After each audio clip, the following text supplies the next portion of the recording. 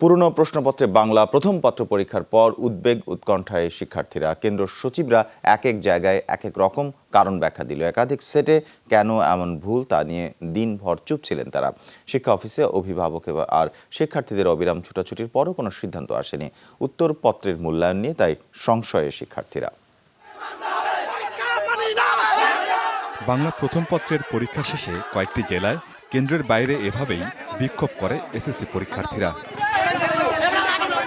তাদের অভিযোগ 2019 সালের পরিবর্তে নৈর্ব্যক্তিক অভিক্ষা নেওয়া হয়েছে পুরনো প্রশ্নে। নিয়মিত পরীক্ষার্থীদের সাথে অনিয়মিতদেরও দেয়া হয় 2018 সালের প্রশ্ন। সে কারণেই উত্তরপত্রের মূল্যায়ন নিয়ে উদ্বেগ। 2 ঘন্টাতে আমাদের 100 মার্কসের পরীক্ষা হয়েছে, আমরা ফুল অ্যান্সার করতে পারিনি।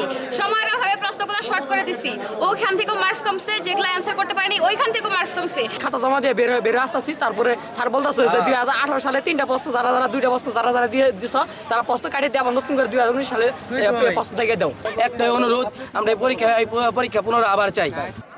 পুরনো নাকি ভুল প্রশ্নপত্র, পরীক্ষা দেওয়ার পর থেকেই দিনভর উৎকণ্ঠা উত্তেজনা। এগুলো নিয়ে আলাদা দেখবে, এটা কিভাবে সম্ভব? তো আমাদের খাতা তো অনেক খাতা, তো আমরা চাই যে এই বাংলা পরীক্ষা আবার পরবর্তীতে আবার হোক। কেন্দ্র সচিবরা বিষয়টি অভিভাবকদের কাছে স্বীকার না করায় দেখা দেয় ধোঁয়াশা।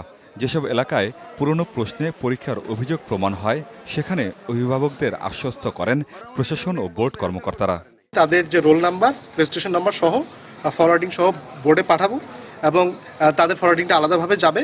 এক্ষেত্রে দিনাজপুর শিক্ষা বোর্ড ব্যবস্থা নেবে যাতে খাতাগুলো আলাদাভাবে মূল্যায়ন হয়। আমরা এই শিক্ষক মণ্ডলীকে খুঁজে বের করে তাদের বিরুদ্ধে তদন্ত করে তাদের বিরুদ্ধে কঠোর আইনগত ব্যবস্থা নেব। শিক্ষার্থীদের এ নিয়ে উদ্বিগ্ন হওয়ার কোনো প্রয়োজন নেই।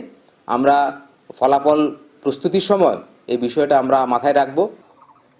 যেসব স্কুলে ভুল হয়েছে সেখানকার কেন্দ্র সচিবদের কারণ দর্শানোর নোটিশ দিয়ে প্রতিবেদন জমা দিতে বলা হয়েছে।